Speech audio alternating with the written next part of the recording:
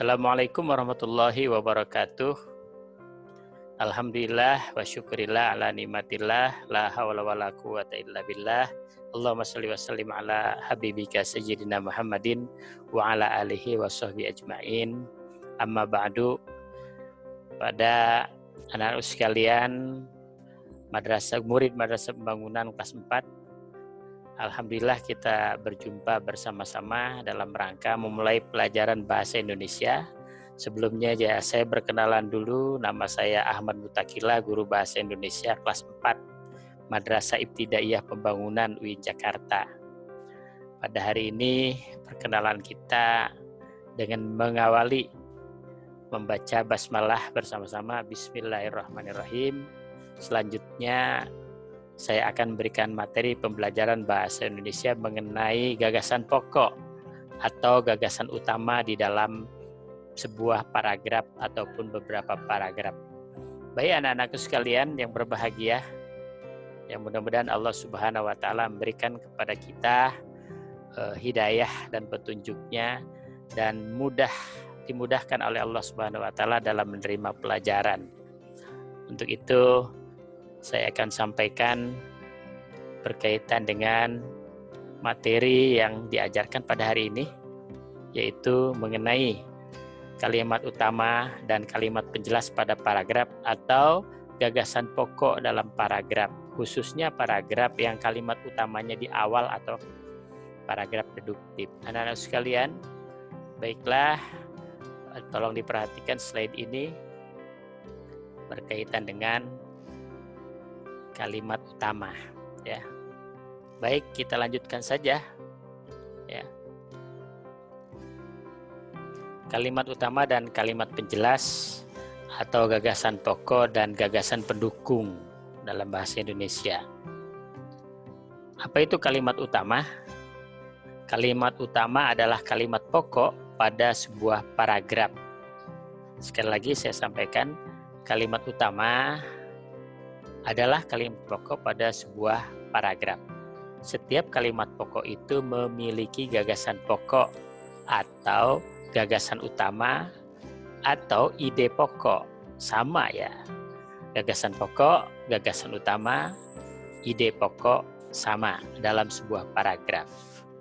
Lanjut, dalam sebuah karangan ataupun paragraf, kalimat utama dapat ditemukan pada setiap paragraf. Kalimat utama dapat ditemukan pada setiap paragraf. Dan kita lanjutkan. Apa itu paragraf? Paragraf adalah suatu tulisan yang terdiri atas sedikitnya satu kalimat utama, ya, atau satu gagasan pokok, satu ide pokok, dan beberapa kalimat penjelas atau beberapa kalimat pendukung. Ya, nanti akan saya jelaskan mana kalimat pendukung itu atau kalimat penjelas itu dan mana kalimat pokok itu. Ya, kita lanjut. Kalimat penjelas adalah kalimat-kalimat khusus yang berfungsi menjelaskan kalimat utama, ya, atau kalimat-kalimat pokok. Baik, berikut adalah contoh-contoh kalimat utama yang terletak di awal paragraf. Jadi kalimat utama dapat kita lihat ya dalam teks kelas 4 bahasa Indonesia itu berada di awal paragraf.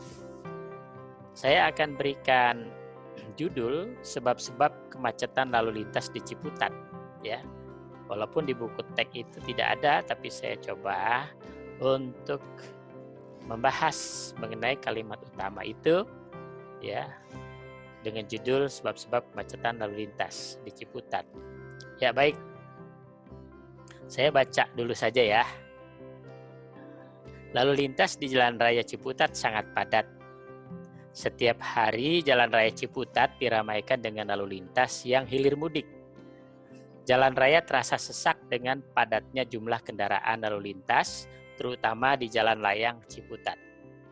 Kepadatan lalu lintas itu mengakibatkan kemacetan yang sangat panjang. Akibat lainnya, sebagian masyarakat mengalami keterlambatan untuk sampai di tujuan. Sebab utama kepadatan lalu lintas di Ciputat. Ini paragraf kedua, yang di atas adalah paragraf pertama. Ya. Kepadatan itu karena banyaknya masyarakat yang menggunakan kendaraan bermotor saat pulang dan pergi dari dan ke tempat tujuan. Pelajar, mahasiswa, pekerja kantoran, dan lain-lain banyak yang menggunakan kendaraan bermotor mulai dari roda 2 sampai dengan roda 4. Paragraf ketiga, sebab-sebab lain yang mengakibatkan kemacetan lalu lintas. Sebab lainnya adalah di muka jalan layang itu semakin mengecil atau mengerucut, baik dari awal naik maupun turun kemudian. Lebarnya lintasan sebelum dan sesudah jalan layang tidak sebanding dengan jumlah kendaraan yang berada di bawah dan di atas jalan layang itu. Di samping itu, di sisi kiri dan kanan jalan raya terdapat pasar tradisional dan modern. Ciputat juga merupakan pelintasan massa dari arah Parung dan Pamulang menuju kota Jakarta, serta salah satu pusat keramaian di Tangerang Selatan. Baik anak-anak sekalian, ya, kita lihat ya selanjutnya penjelasan berikut ini. Ya, ini adalah paragraf yang pertama, paragraf yang kedua, dan paragraf yang ketiga yang tadi saya bacakan. Nah, di mana kalimat utamanya atau gagasan pokoknya? Kalimat utama atau gagasan pokok itu yang bertuliskan warna merah. Ya, itu yang pertama. Ya, pada paragraf kedua berikutnya sama. Ya, yang pertama lalu lintas di Jalan Raya Ciputat sangat padat, itu kalimat utama. Ya, di dalam kalimat utama itu ada gagasan pokok. Ya. Mana gagasan pokoknya? Itu yang bertuliskan miring warna merah. Lalu lintas sangat padat. Kalimat utamanya, lalu lintas di Jalan Raya Ciputat sangat padat. Kita lanjutkan. Kalimat utama kedua, sebab utama kepadatan lalu lintas di Ciputat. Gagasan pokoknya sebab utama kepadatan lalu lintas. Kita lanjutkan. Ya, kalimat utama paragraf ketiga, sebab-sebab lain yang mengakibatkan kemacetan lalu lintas. Dan gagasan pokoknya atau ide pokoknya sebab-sebab lain, ya, sebab-sebab lain kemacetan lalu lintas. Nah, anak sekalian, apakah sudah dapat dipahami penjelasan ini? Ya, sekali lagi saya akan hilangkan dulu ya. Ini paragraf pertama, paragraf kedua, dan paragraf ketiga. Ya. Lalu mana kalimat utamanya yang bertuliskan warna merah pada kalimat yang pertama setiap paragraf? Begitu juga pada paragraf yang kedua. Selanjutnya paragraf yang ketiga. Baik. Kalau sudah paham, saya akan melanjutkannya. Bagaimana anak-anak sekalian? Sudah dapat dipahami? Ya, baik. Ya. Saya kira sudah diulang 2 kali. Kita lanjutkan mengenai kalimat atau gagasan pendukung pada paragraf berikut ini. Jadi setiap paragraf memiliki kalimat-kalimat pendukung atau kalimat penjelas, atau disebut juga gagasan pendukung ya. Kita lihat ini yang warna hitam, semuanya ini ya. Setiap hari jalan raya dan seterusnya ya, setiap hari jalan raya Ciputat diramaikan dengan lalu lintas yang hilir mudik. Jalan raya terasa sesak dengan padatnya jumlah kendaraan lalu lintas, bla bla bla bla bla bla. Ini adalah gagasan pendukung atau kalimat-kalimat penjelas dalam sebuah paragraf. Begitu juga paragraf yang kedua, yang warna hitam itu merupakan kalimat penjelas atau gagasan pendukung. Lalu paragraf ketiga pun sama. kalimat penjelas atau gagasan pendukung yang berwarna hitam.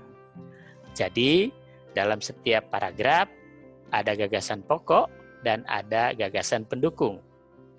Atau ada kalimat utama dan ada kalimat penjelas pada setiap paragraf sebuah karangan.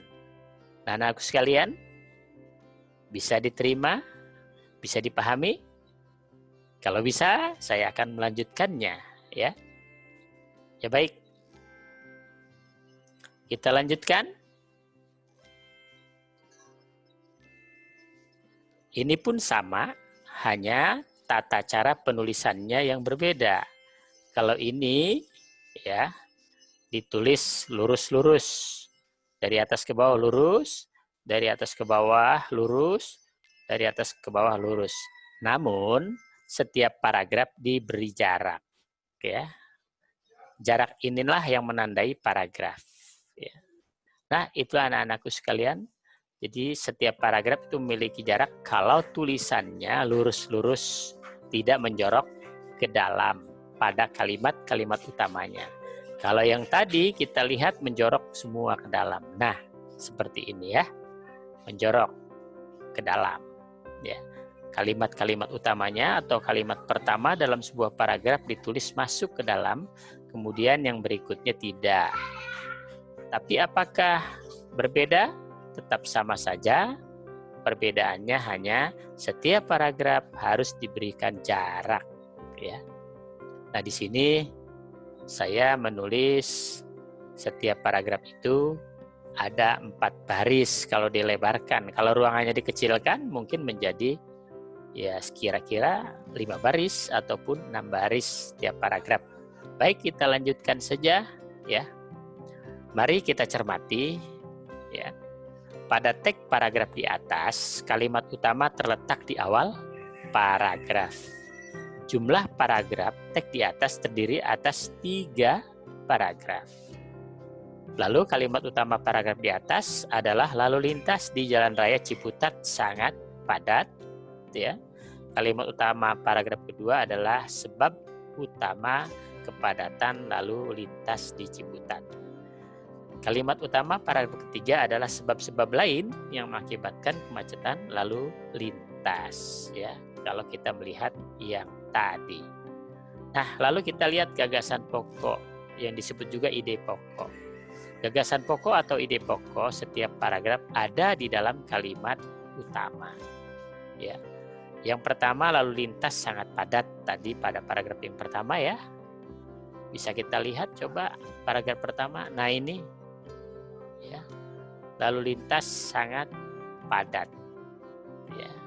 Ada di dalam kalimat utama. Kalimat utamanya lalu lintas di Jalan Raya Ciputat sangat padat. Tapi di situ ada ide pokoknya lalu lintas ya sangat padat. Intinya itu ya. Lalu bagaimana kalau semuanya ditulis sebagai gagasan pokok atau ide pokok? Boleh ya. Tidak apa-apa ya. Anakku sekalian, yang penting kalian bisa menemukan gagasan pokok pada setiap paragraf. Baik ditulis secara singkat maupun secara lengkap ya. Nah, ini yang kedua ya. Sebab utama kepadatan lalu lintas itu merupakan gagasan pokok atau ide pokok. Sebab lain yang mengakibatkan kemacetan lalu lintas menjadi sebab-sebab kemacetan lalu lintas ya. Nah, kita lanjutkan ya. Jadi ada 3 gagasan atau ide pokok dalam paragraf-paragraf di atas. Ya. Nah, ciri-ciri paragraf ya. Terdapat gagasan utama dan gagasan penjelas atau gagasan pendukung ya. Penulisannya menjorok ke dalam dari garis tepi kiri. Apabila tanpa menjorok ke dalam, memiliki jarak spasi dari baris sebelumnya ke baris berikutnya. Nah, itu contohnya tadi saya ulangi yang di atas ini ya. Nah, ini ya tidak menjorok tapi memiliki jarak yang paragraf pertama memiliki jarak dengan paragraf kedua memiliki jarak ya 1 spasi dengan paragraf ketiga. Nah, ini ada yang tidak memiliki jarak ya. Nah, seperti ini anakku sekalian ya. Ini sebetulnya ini harusnya tidak berjarak seharusnya ya. Karena menjorok ke dalam. Ya. Untuk apa? Supaya tampak indah tulisan kita ya. Nah, kita lanjutkan anakku sekalian ya. Sudah dapat dipahami? Ya. Ya. Kalau sudah dapat dipahami, saya ucapkan cukup terima kasih ya. Mudah-mudahan ya video ini dapat di-setel berulang-ulang untuk memahami apa itu kalimat utama dan apa itu kalimat penjelas, atau apakah itu gagasan pokok ataupun gagasan pendukung. Demikian materi bahasa Indonesia yang saya sampaikan. Mudah-mudahan ada manfaatnya dan dapat dipahami dengan sebaik-baiknya. Dan saya ucapkan wabillahi taufiq wal hidayah. Wassalamualaikum warahmatullahi wabarakatuh.